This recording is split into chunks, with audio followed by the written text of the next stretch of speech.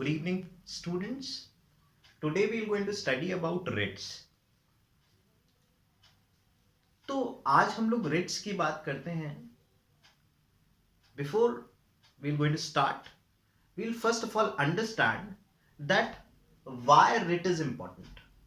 Writ is a very important part of our constitution. As in the words of Dr. Bhimrao Ambedkar, writs are also, you can say, that Article 32 is the heart and soul of the Constitution. Why is it said so? Because इसको कुछ यूं समझो कि हमारे constitution में हमारे कई fundamental rights हैं. मतलब हमारे कॉन्स्टिट्यूशन ने हमें कई राइट्स दे रखे हैं. अच्छा, राइट्स देना ही कॉन्स्टिट्यूशन का काम नहीं है. जब तक वो राइट्स प्रोटेक्टेड ना हो, उन राइट्स का कोई मतलब नहीं है.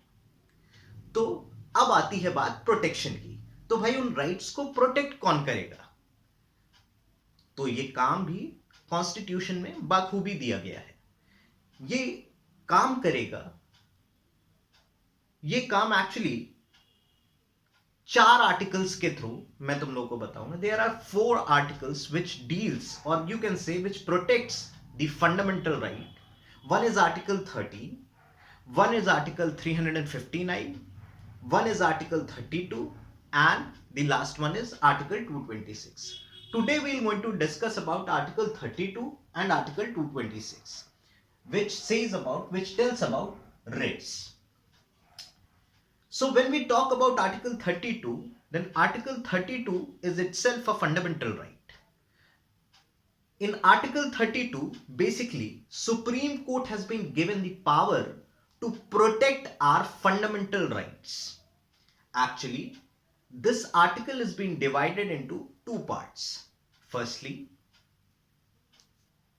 under this article, Supreme Court has given the power to protect. Actually, anyone can approach to the Supreme Court, directly to the Supreme Court, if their fundamental rights is being violated. And the second part of this article is the Supreme Court will going to issue the order in the form of 5 writs. Again, writ here means an order given by the Supreme Court or the High Court. So do not confuse with what is writs. Writ is normally or generally it means order by Supreme Court or High Court. It is given in 5 different types. First is habeas corpus, second is mandamus, third is certiorari or you can say certiorari, fourth is prohibition, and the last one is quo warranto. Now one by one we are going to deal with the different type of writs, but before that we are going to understand that what is the difference between Article 32 and Article 226. So my students, Article 32 is a fundamental right, but Article 226 is not a fundamental right. But in both the articles, fundamental rights is being protected. In Article 226, you can approach to the High Court, and in Article 32, you can approach to the Supreme Court.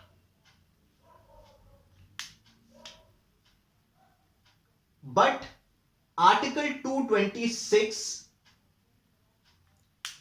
not only deals with the fundamental right, whereas Article 32 exclusively and only deals with fundamental rights, but Article 226 deals with fundamental right as well as any other purposes. Now, when we talk about the writs, the different types of writs, there are 5 types of writs. Once again, I am telling it so that you can easily grasp it. Habeas corpus, mandamus, certiorari, prohibition, and quo warranto. Now one by one we are going to deal with these writs. What is habeas corpus? Habeas corpus, all these terms are basically the Latin terms. Habeas corpus means to have the body, or you can say to produce the body. You can say this writ or this order is being issued by the Supreme Court to basically to tell the state or any private individual to produce the illegally detained person. So basically this writ is being issued for the illegal detention of anyone. As we have read in Article 21, it has been clearly said that everybody has the right to life and personal liberty until and unless the procedure established by law. If the procedure established by law says that you can detain someone, then surely state can detain that person. But if the procedure does not says that, expressly does not says that, and if state has detained someone illegally, then you can approach to the court, the Supreme Court, to get an order of getting rid of that detention. Now when we say that it is a writ against illegal detention, then by an example let me tell you, जैसे अगर मान लो X को Y ने illegally detain कर दिया है. Y is a police officer. Y is a police officer and Y ने X को detain कर रखा है.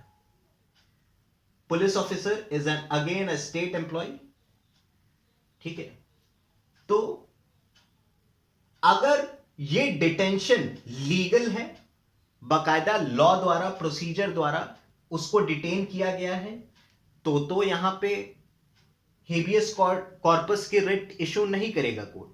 कोर्ट देखेगा अगर ये डिटेंशन लॉफुल है, अगर डिटेंशन लॉफुल है, इलीगल नहीं है, तो यहां पे इशू नहीं करेगा हेबियस कॉर्पस को. लेकिन अगर यहां पे डिटेंशन इलीगल है, पुलिस ने इलीगली एक्स को डिटेन कर रखा है, तब हेबियस कॉर्पस इशू करेगा कोर्ट, और कोर्ट पुलिस से यह कहेगा टू प्रोड्यूस एक्स, उसको छोड़ा जाए. ये खाली स्टेट के खिलाफ नहीं, ये एक प्राइवेट इंडिविजुअल के खिलाफ भी हो सकती है. ये एक लौती ऐसी रिट है जो कि प्राइवेट इंडिविजुअल के खिलाफ भी हो सकती है. इसीलिए मैंने आगे लिखा हुआ है नॉन स्टेट पावर्स. जैसे मान लो कोई एक्स इज अ लैंडलॉर्ड